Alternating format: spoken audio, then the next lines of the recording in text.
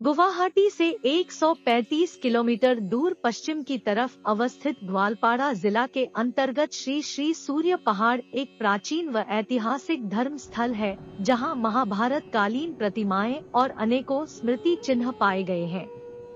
इसी ऐतिहासिक धर्म स्थल पर दिगंबर जैन धर्मावलंबियों के प्रथम तीर्थंकर आदिनाथ भगवान की चित्रांकन पाया गई है, जिसकी वजह से जैन धर्म के लिए यह एक महत्वपूर्ण स्थल बन गया है।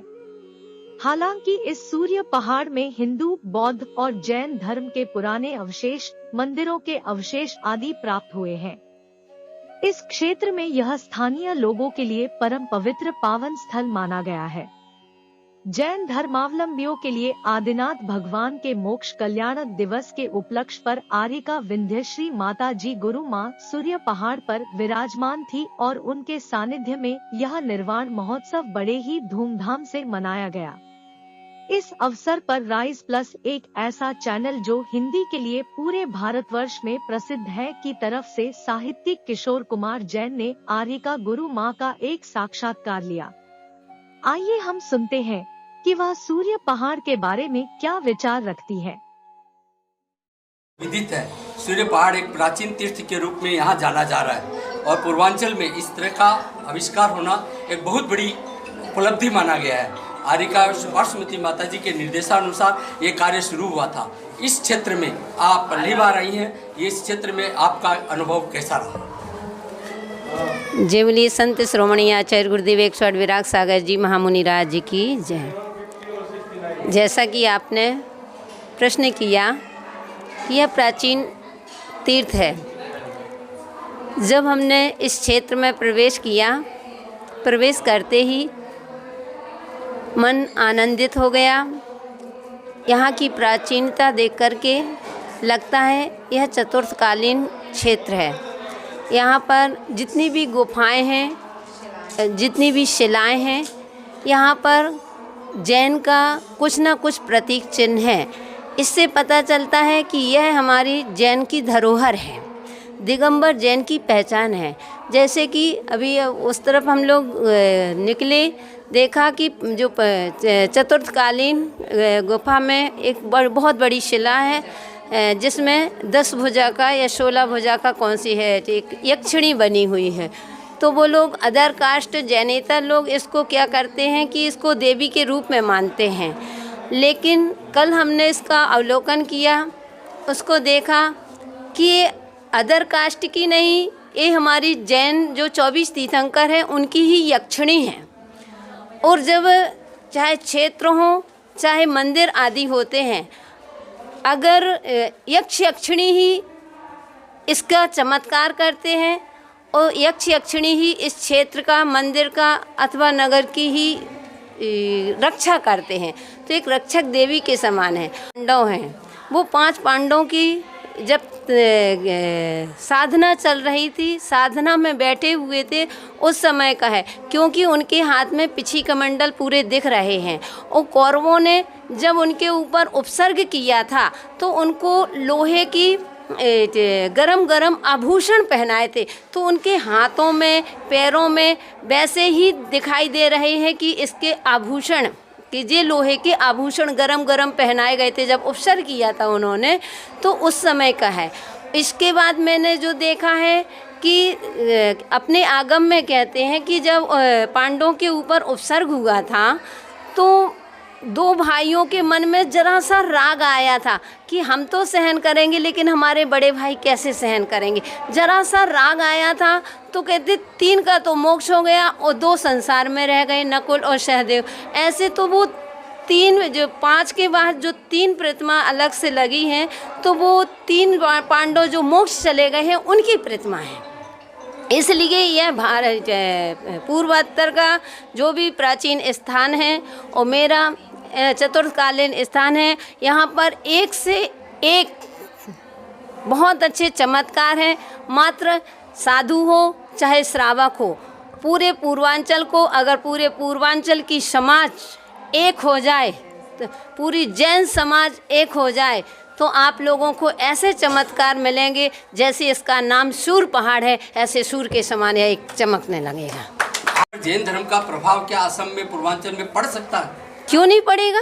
भारत में ही तो है, विदेश में तो है नहीं है, ये भारत में है पूर्वांचल, यहाँ पर पूरा प्रभाव है। चीन की सीमा पर कहते हैं जब किंवद में जब समोसर पाया गया है तो फिर यहाँ पर आसाम में क्या जैन धर्म नहीं पाया जाएगा? लेकिन ये पूर्वोत्तर का क्षेत्र जो है म्लेच्छ माना गया है, इसे म्लेच्छ प्रदेश कहते हैं। तो म्लेच्छ प्रदेश में किस तरह से जैन की प्रभावना हो? उस समय ऐसा था कि उस समय जैनों में मतलब साधु संतों का आगमन कम होता है।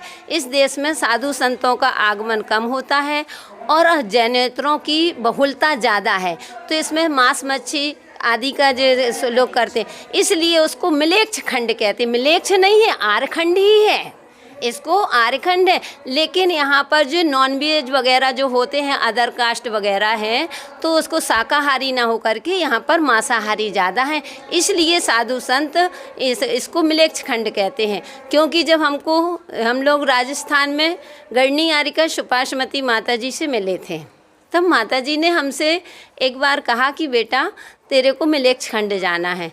तो मैं उस समय वहाँ पर कुछ समझी नहीं। फिर दोबारा माता जी हमको फिर मिले तो दर्शन हुए, तो माता जी ने जयपुर में हुए, पहले जावद में हुए थे, फिर दूसरी बार हमारा जयपुर में वहाँ पर मिलन हुआ माता जी की जब स्वर्ण जयंती। फिर माता जी ने कहा कि बेटा तेरे को म्लेच्छ खंड जाना है। तो मैंने सोचा कि म्लेच्छ खंड, मैंने कहा कोई कुछ गलती मेरी चर्या में कुछ ऐसा प्रभाव है क्या कि कुछ गलती हो रही है, तो मुझे म्लेच्छ खंड मैं नहीं समझी। तो मैंने माता जी से फिर प्रश्न किया, निवेदन किया, माता जी आप ऐसा म्लेच्छ खंड जाना। अरे बेटा तेरे वो म्लेच्छ खंड की बात नहीं, मैं आसाम की तरफ बात कर रही हूँ। क्योंकि जब हम गए थे वहाँ पर, उस समय जब हम पहुँचे थे उस समय मैंने नगर पर और छोटे छोटे गाँवों में जा कर के चैत्यालयों की स्थापना करवाई थी और मंदिरों की स्थापना करवाई थी। इसलिए क्योंकि वहाँ पर अजैनों का बोलबाला ज़्यादा है, तो जैन लोग जैसी संगति में रहते हैं वैसी रंगत उनकी हो जाती है। इसलिए आप जाओ, उस देश में जाओ और तो धर्म की प्रभावना करो, जिन शासन की प्रभावना करो और देखो उस म्लेच्छ खंड को आर्यखंड के रूप में घोषित करो। पूर्वोत्तर के जैन श्रावकों को इस क्षेत्र के विकास के लिए आप क्या संदेश देना चाहेंगे? मेरा पूर्वोत्तर की सकल दिगंबर जैन समाज से मैं भी अपील करती हूँ कि ये सूर्य पहाड़ आप लोगों के पूर्वांचल के लिए एक धरोहर के रूप में मिला है। जो हमारे पूर्वजों ने इसके लिए कितना जीवन कुर्बान किया होगा, कितनी मेहनत की होगी, कितना योगदान दिया होगा, तब जा कर के एक थोड़ा सा अपनी पहचान हुई है। और अगर हम पूर्वोत्तर जो हमारे पूर्वजन जो हमें धरोहर दे गए हैं, उस धरोहर को अगर हम नहीं संभाल पाए तो क्या आगे वाली पीढ़ी कोई संभाल पाएगा? क्या नहीं। इसलिए मेरा तो सभी से एक कहना है, सपने कभी पूरे नहीं होते और संकल्प कभी अधूरे नहीं होते। संकल्प शक्ति की है। अगर समाज पूरी पूर्वांचल समाज एक हो जाए, संगठित हो जाए, तो उसकी कीमत 100 गुनी बढ़ जाती है और सारे तीर्थ एक तरफ हो जाएंगे। अगर पूर्वांचल की समाज एक हो जाए तो। धन्यवाद माता जी। आप सिर्फ समाज के, पूर्वोत्तर के समाज के सहयोग से इसको बनाना चाहते हैं, क्या आप सरकार की तरफ से भी कुछ सहयोग चाहते हैं? जैसे यहाँ भारत सरकार का भी एक आर्कियोलॉजिकल डिपार्टमेंट है, स्थानीय असम सरकार भी इस क्षेत्र को विकास के क्षेत्र में देख रही है, क्या इस बारे में आपका क्या कहना है? असम के मुख्यमंत्री और भारत के प्रधानमंत्री सर्वधर्म को मानते हैं। ये सर्वधर्म प्लेस है और सर्वधर्म प्लेस में सबको व्यवस्था मिलनी चाहिए। ये व्यवस्था धार्मिक होनी चाहिए। धार्मिक अपने आप में एक पर्यटन है, इसे पर्यटन स्थल घोषित करने की ज़रूरत नहीं है। इसे धार्मिक स्थल सर्वधर्म बनाने की ज़रूरत है, जिससे पूरे पूर्वोत्तर का विकास होगा। सरकार कुछ करेगी इसके लिए? मुझे ऐसी उम्मीद है कि एक बार मुख्यमंत्री यहाँ आके अगर देखेंगे तो यहाँ का अस्तित्व बदली हो जाएगा। क्या आपने इसकी मांग की है? हम जाके मांग करेंगे। जैनियों का अस्तित्व बचाने के लिए हम चाहते हैं कि सारे जैन समाज के पूर्वोत्तर के जितने लोग हैं, मंदिर है, चैतालय है, सब एक साथ जुड़कर एक ट्रस्ट बनाया जाए और उस ट्रस्ट के अंतर्गत इसके जितने भी सौंदर्यीकरण के लिए कार्य किए जा सके हमें करना चाहिए और हम उसी में आगे बढ़ रहे हैं। और मंदिर के साथ साथ हम एक नेचुरोपैथी बनाने की योजना बना रहे हैं, जिसके अंतर्गत लोग आके 10 दिन यहाँ रहे और धर्म का भी लाभ ले, स्वास्थ्य का भी लाभ ले। और इसी कार्य में ये आज की शुरुआत है। उम्मीद है कि साल 2 साल में हम इस कार्य में आगे बढ़ जाएंगे। आज जो आपने कार्यक्रम यहाँ आयोजित किया है, इससे क्या विकास में सहयोग मिलेगा आपको? पूर्वोत्तर के जितने लोग हैं उनके दिल में सूर्य पहाड़ के लिए जगह है और जब वो जगह है तो इसका विकास होगा और इसमें सबका साथ मिलेगा। सुना है यहाँ सरकार सुविधाएं नहीं दे रही है, आर्कियोलॉजिकल डिपार्टमेंट इसको दखल कर रहा है, इस बारे में आपका क्या कहना है? देखिए, आर्कियोलॉजिकल डिपार्टमेंट अपना काम पेपर से करता है, हमें उनसे जुड़ के कैसे को काम करना है वो काम की व्यवस्था हम कर रहे हैं।